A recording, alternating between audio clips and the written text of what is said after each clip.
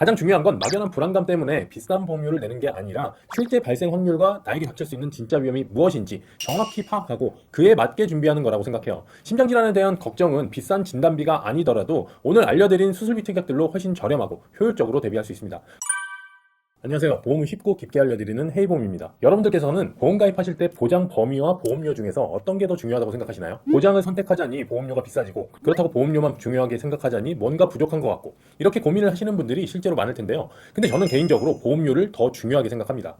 모든 질병이나 상해는 발생할 확률보다 발생하지 않을 확률이 훨씬 더 높다는 관점에서 보험을 보기 때문인데요. 아무리 보장 범위가 넓고 좋은 보험이 있다고 해도 사실은 내가 그 보장을 받지 못하고 건강하게 살아갈 확률이 더 높다는 거죠. 그렇다면 우리는 당연히 매달 내야 하는 보험료를 더 중요하게 생각해야 하지 않을까요? 근데 만약 이 넓은 보장 범위라는 말로 포장돼서 실제로는 보험료만 비싸게 내야 하는 보험이 있다면 어떨까요? 오늘 바로 이 얘기를 해보려고 합니다. 많은 분들이 고민하시는 심장질환 진단비에 대한 내용이에요. 본 광고는 광고 심의 기준을 준수하였으며 유효기간은 심의일로부터 1년입니다.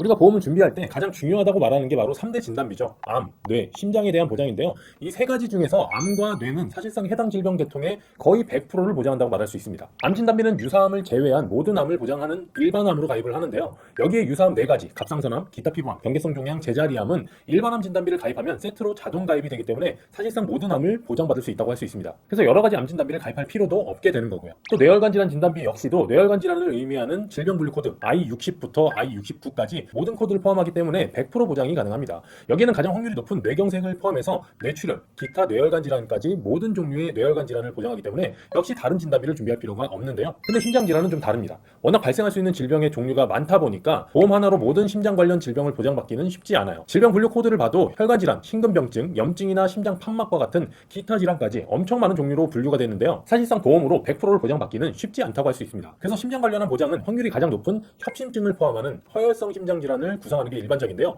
근데 몇 년 전 허혈성 심장보다 보장 범위가 더 넓다는 심혈관 질환 진단비가 출시되면서 많은 분들이 고민에 빠지기 시작했습니다.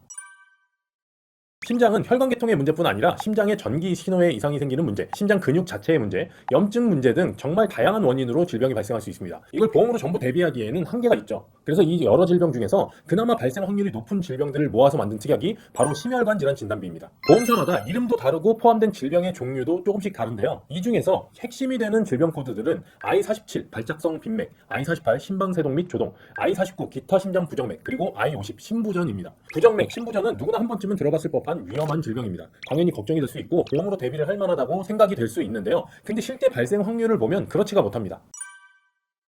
2022년 기준 전체 심장질환 환자 수를 보면 방금 말씀드린 4가지 핵심 질병이 차지하는 비율은 33.98%예요. 이 숫자만 보면 꽤 높아 보이죠? 하지만 각각의 질병 발생 확률을 뜯어보면 그렇지 않습니다. 발작성 빈맥은 2.88, 심방세동 및 조동은 13.71, 기타 심장 부정맥은 8.59%, 심부전은 8.8%입니다. 이 정도 확률이 매달 비싼 보험료를 내면서까지 걱정해야 할 만큼 높다고 생각되시나요? 물론 흔히 부정맥이라고 하는 질병은 발작성 빈맥, 심방세동 및 조동, 기타 심장 부정맥을 모두 포함해서 얘기합니다.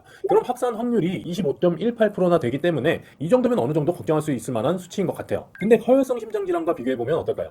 허혈성 심장질환 진단비는 전체 심장질환 중 무려 57.44%를 차지하고 있어요. 부정맥의 전체 합산 25.18%와 비교해보면 2배 이상 높은 확률이죠. 게다가 허혈성 심장 중에서 가장 확률이 높은 협심증은 37.35%나 되고 만성 허혈 심장병도 12.89%를 차지합니다. 심지어 보장 확률이 낮다고 알려진 급성 심근경색증도 6.94%인데요. 심부전 8.8%, 기타 심장 부정맥 8.59%와 비슷한 수준이라고 할 수 있습니다. 결국 부정맥 전체를 합쳐도 허혈성 심장질환의 절반 수준밖에 안 되기 때문에 당연히 확률이 높은 허혈성 심장질환을 우선으로 가입해야 합니다.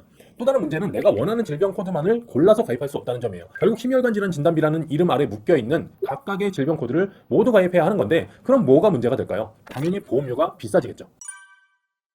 현재 심혈관 질환 진단비가 가장 저렴한 A사의 보험료를 40세 남자 건강체 기준 20년 납 90세 만기로 비교해봤습니다. 심혈관 질환 진단비는 1, 2로 나눠져 있는데 이걸 모두 가입해야 심부전, 부정맥은 물론이고 허혈성 심장의 보장 범위까지 포함하게 되는데요. 1,000만 원 보장을 위한 합계 보험료는 1,730원입니다. 반면에 허혈성 심장 질환 진단비는 1,000만 원의 보험료가 4,800원이에요. 2배가 넘는 보험료 차이가 나는데 보장받을 확률은 약 34%가 높아졌을 뿐이죠. 그리고 앞에서 비교드린 대로 각각의 질병 코드별 발생 비율을 따져본다면 정말 가성비가 떨어지는 특약이라고 할 수밖에 없습니다. 지금 비교한 A사는 그나마 가장 저렴한 곳이고요. 보험료가 비싼 B사의 경우 동일한 보장을 받기 위한 보험료가 27,970원이에요. 저렇게 비싼 보험을 누가 가입해 하시겠지만 실제로 가입하시는 분들이 있습니다.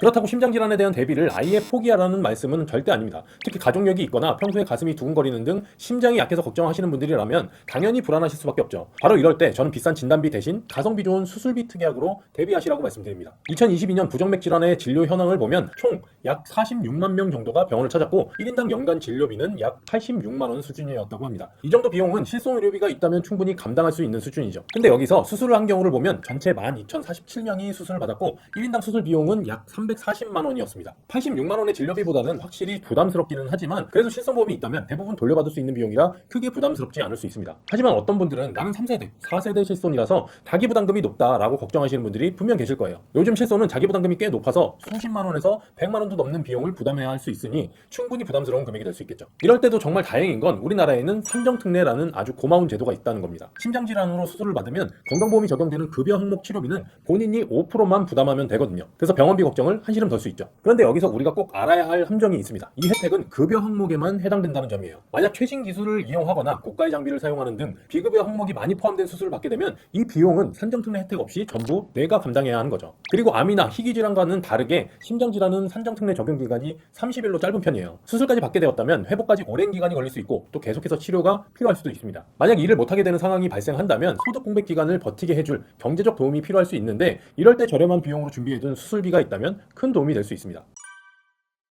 그렇다면 이럴 때 도움이 될 수 있는 특약은 어떤 게 있을까요? 크게 두 가지를 비교해 볼 수 있습니다. 먼저 많은 분들이 알고 계시는 N대 질병 수술비입니다. 이 특약의 가장 큰 장점은 보장 범위가 정말 넓다는 건데요. 질병 코드 I20부터 I25까지의 허혈성 심장질환, I47부터 I50까지의 심혈관 질환은 물론이고 심근병증이나 기타 염증 질환, 판막 질환까지 거의 100%에 가까운 심장질환 코드를 모두 포함합니다. 진단비보다도 훨씬 더 넓은 보장이 가능하죠. 게다가 수술을 할 때마다 계속 보장받는 매회 지급 방식이라 재발, 재수술을 받아야 할 경우에도 든든한 보장이 가능합니다. 근데 한 가지 주의할 점이 있습니다. 보통 이 특약은 여러 질병 그룹이 세트로 묶여있기 때문에 불필요한 보장은 최소로 줄이고 심장질환 보장만 한도를 높여서 가입해야 보험료를 아낄 수 있다는 점인데요. 만약 N대 질병 수술비를 제한받았다면 반드시 심장질환이 어느 그룹에 포함되어 있는지 파악해야 합니다. 그리고 또 다른 선택지로는 2대 질병 치료비가 있습니다. 수술, 혈전용의 치료, 중환자실 입원 중 하나만 해당되어도 보장을 받을 수 있는데요. N대 질병 수술비보다 보험료가 더 저렴하다는 아주 큰 장점이 있죠. 물론 단점도 있습니다. 보험사마다 보장 범위의 차이가 있기는 하지만 대부분 I49, 기타 심장 부정맥은 보장에서 제외된다는 점, 그리고 진단일로부터 10년까지만 보장된다는 점인데요. 부정맥의 여러 코드 중에 딱 I49만 보장을 못 받는 건데 진단 비율이 그렇게 높지는 않은 편이에요. 그리고 진단일로부터 10년이 지난 후에도 또 수술을 받을 일은 크지 않을 거라 생각되기 때문에 저는 가성비 면에서 2대 질병 치료비를 조금 더 추천합니다.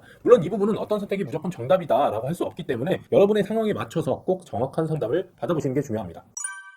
오늘은 왜 심혈관 질환 진단비의 가성비가 떨어지는지 그리고 정말 걱정이 되신다면 어떤 대안이 있는지에 대해서 자세히 알아봤습니다. 가장 중요한 건 막연한 불안감 때문에 비싼 보험료를 내는 게 아니라 실제 발생 확률과 나에게 닥칠 수 있는 진짜 위험이 무엇인지 정확히 파악하고 그에 맞게 준비하는 거라고 생각해요. 심장질환에 대한 걱정은 비싼 진단비가 아니더라도 오늘 알려드린 수술비 특약들로 훨씬 저렴하고 효율적으로 대비할 수 있습니다. 꼭 오늘 내용 참고하셔서 여러분의 보험 증권에 불필요한 내용은 없는지 점검해 보시고요. 불필요한 보험료를 아껴서 더 든든한 미래를 준비하시길 바랍니다. 지금까지 해외보험이었고요. 오늘도 행복하고 건강한 하루 보내시길 바랍니다. 감사합니다. 본 광고는 광고 심의 기준을 준수하였으며 유효기간은 심의일로부터 1년입니다.